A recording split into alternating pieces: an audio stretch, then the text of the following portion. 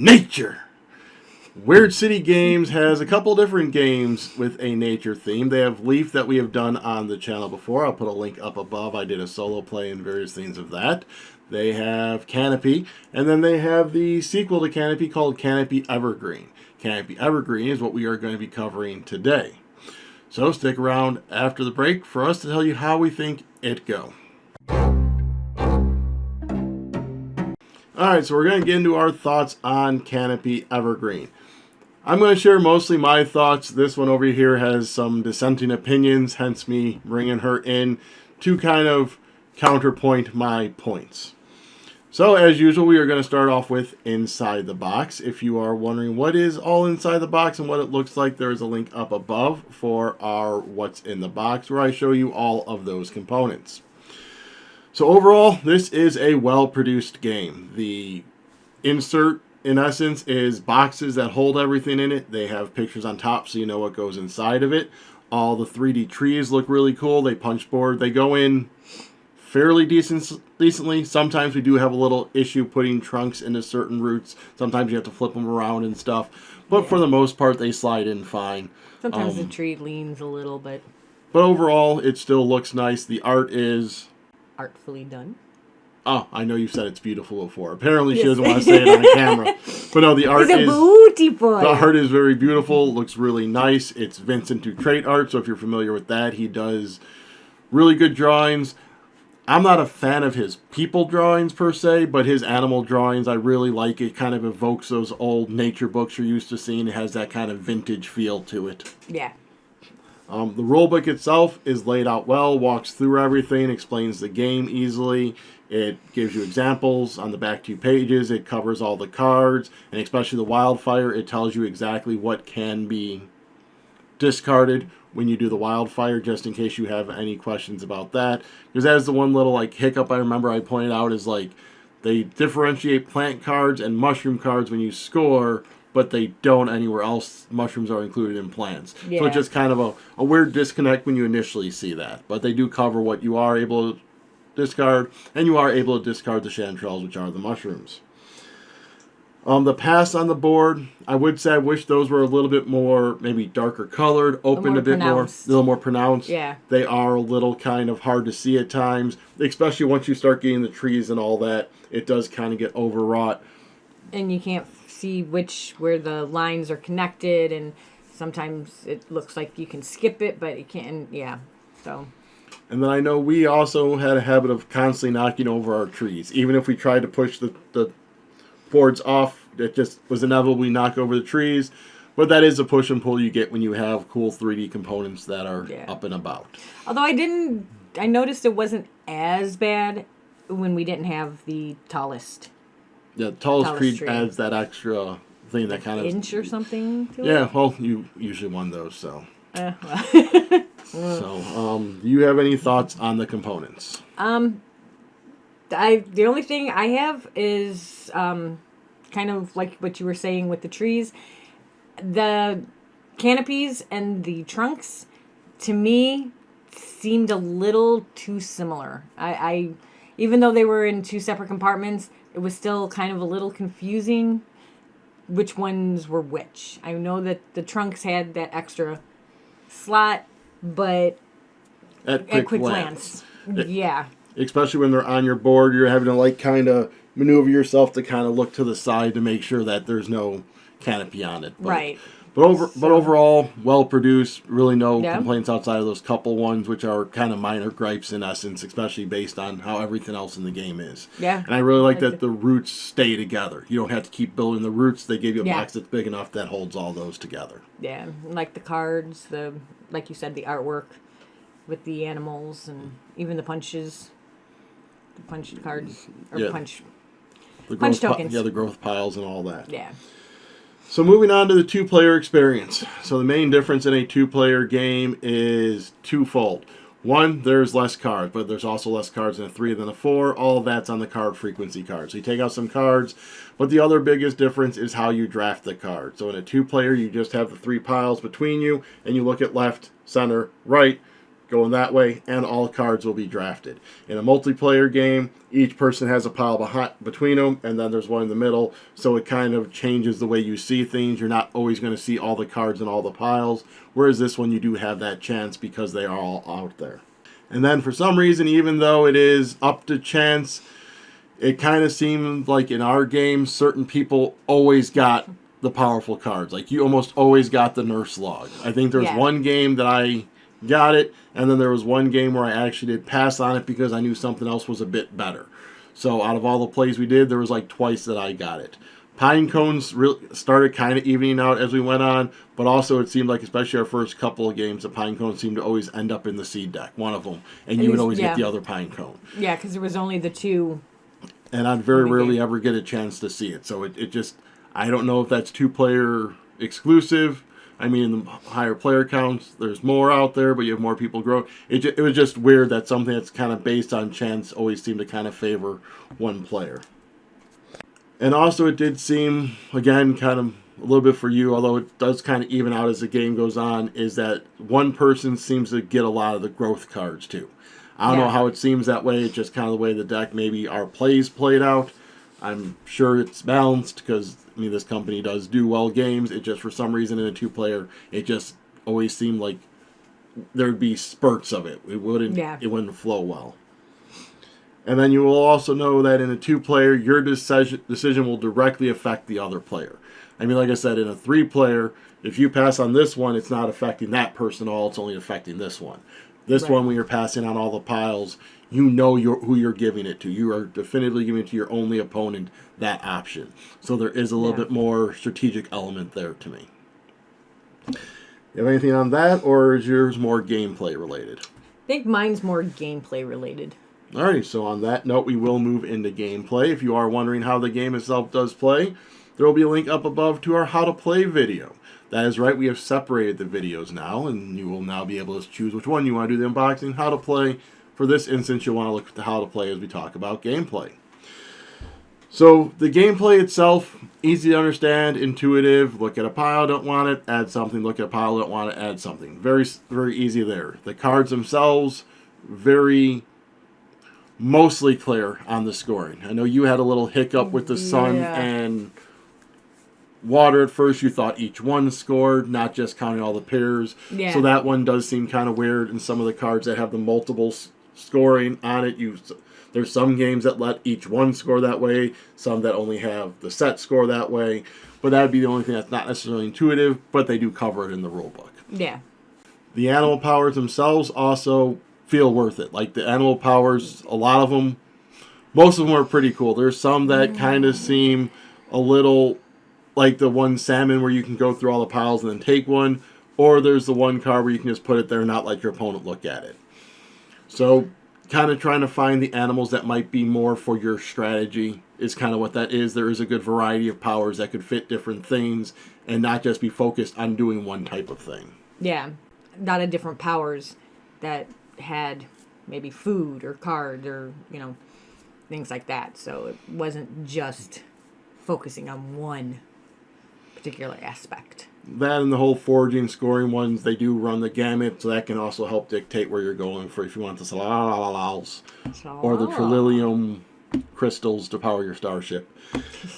Although with the gameplay in that respect, I feel like you're more at the mercy of the deck that, you may get that animal that wants the 3 suns.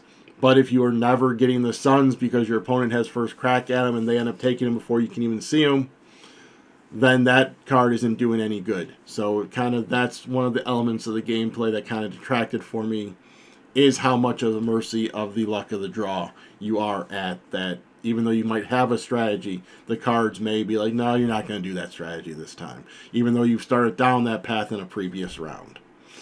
So, you said you had stuff for gameplay? I did. See, I'm the exact opposite of you. I enjoyed that randomness, that luck of the draw that was able, you put them out and it was whatever you got. And I guess that's the big major difference between us is you like that strategy. You like having that. whereas I'm not very good at that. Thinking 2, 3, 4 steps ahead. I'm pretty much, okay, this is my move. This is what I'm going to do. So having the 3 different piles and doing it that way, to me, that was a lot easier, and it was a lot more enjoyable for me than trying to think about, well, okay, this is my move, but how is this going to impact further on down the line? You are much more of a reactive player than proactive. Yes. You like to just change as the game dictates. Yes. And I think it's almost a little more press your luck element of I didn't like taking piles that I didn't feel was worth it. Like if there was only 1 card or 2 cards, it's kind of I felt there was going to be better stuff out there, and then sometimes that allowed you to grab other stuff. Yes. I did like how the piles would grow. So if you didn't take that first pile, then you would put another card on there. So I think we had the one time where the pile had what, like 5, 6 cards on it or something. So Yeah. I mean, in theory, it could get up there if nobody takes that pile. Especially if it has threats in there, and so everyone's kind of avoiding the threats. It could possibly grow to where we're like, you know what? Oh, well, I get some bad stuff, but there's too much good stuff, so. And honestly, even when you do have the bad stuff, the threats, it affects it, but not crazily. Like, discard a card. Well, there's a couple that don't give you points or anything, so it's like, okay, that works too. Or even if you got stuck with 1 trillium and you're about to get negative points, oh, my wildfire took care of it. So it does sometimes seem bad, but it could be beneficial at times too. So yeah, so that's definitely one of my enjoyments with it over you, I believe. So with that, we are going to move into overall. So overall, I think you can probably tell this game, it fell flat with me. I never really felt like I was making my own full decisions. It was more so like, all right, well, this pile's too good to pass up, so I guess I'm going to grab this pile. It was never, my strategy is going to be I'm going to build up to Trillium and get this food to get these 3 animals. I mean, I could want that strategy, but if those cards don't present themselves or she keeps getting them all and getting all the food, then I can't get that strategy going. And especially seeing as most of the end game points is based on wildlife and you need that food to get there. If one person's lucking into all the food, then you're just not going to be able to get them. So it's just there's too much of that luck element in here for me to find it enjoyable. And with it being a somewhat longer game, I mean, we're not talking hours, but we're talking a good 40, 45, 50 minutes sometimes. Having that luck where an entire game seems like it's against you, it kind of feels like a slog. Yeah. And even a couple of the games we played where I ended up winning, I didn't feel like I played well enough to win. I didn't, like we got to the end, I'm like, wait, when did I even beat you on points? Like, at no point did I feel like, oh, I implemented this great and now I'm winning. Cool. It was kind of like, oh, wait, I won? All right. Yeah, and because like 2 or 3 games where I was beating you by 20 points or something like that. 10 or 15, especially going to that last season, the last half season, all of a sudden I win by 30. It's like... Wait, how did that happen? Yeah, and I'm just looking like I don't even know what I did. Because it was more just the piles just told me to take them. So, I mean, I don't want it to sound like I think it's a bad game. The gameplay mechanics are thought out. The gameplay mechanics, the art is implemented well. And if you are one who likes that more luck of the draw, then this will be a game for you. But this is not a game that resonates with me in that way. And so, like I said, it just fell flat for me. The Swinging Seasons mini expansion helped a little bit, but definitely not enough to sway me to where, like, oh, we're going to be able to play this a lot more because now we have the Swinging Seasons, and that's going to add so much more depth to it. You're still at the luck of the draw with it. Yeah. So overall, what do you think? Overall, I really enjoyed playing this game. It grew on you. Let's start with there, though. Yeah. The first game, yeah, like you said, it was that going into that last round, it was like you had said about with the trees, it was kind of a little difficult to get the trees to build or to plant, and then to get some of the other cards to build up. So it was kind of like, again, I wasn't getting what I needed. So it kind of, I didn't get half as many points as what you did. And so, yeah, that was kind of a little discouraging. Yeah. First, so it's like, no, let's try this again. And yeah, even though I have lost, it's, again, I enjoyed playing it. You won the one when you did the swinging expansions. Or swinging seasons. Yeah, but I don't think by much on that one either. Maybe 10, 12. Yeah. Well, I think what happened with the first one was you did try a strategy. Because what happened was going into that last season, you wanted to try and complete a lot of your trees, which meant you were passing on a lot of the flowers, which were then getting to me, and that's how I scored so much in that final round. So that's what I mean is if you try and go for a strategy, it very well could bite you in the butt, because if you're focusing on these cards, you're passing up some of those vital cards that everyone else is going to get you and then overtake you with. Yeah, and some of those cards, they add up a lot. Like the sun and water, you can't pass those up much, because there was times I was getting like 15 points from them because you were letting me get all of them, and then I had the majority. So yeah. But moving into our scores, I think I am unfortunately going to say, for me personally, again, not saying it's an indictment of the game, but me personally, I say it go mediocre. I'm going to say 5. I could take it or leave it. I know you're about to say you enjoyed it more than I did. Not giving away your score yet, but you did enjoy it more than I did. So I will play it with her. It's not like we're going to throw this in the garbage. We're not going to set it on fire. We're not going to do anything bad to it. It will still get played. It's just not going to be a game that I'm going to gravitate towards. Yeah. It'll be more my choice. Which is your score is? My score is a 7.5. So I enjoyed playing it a lot.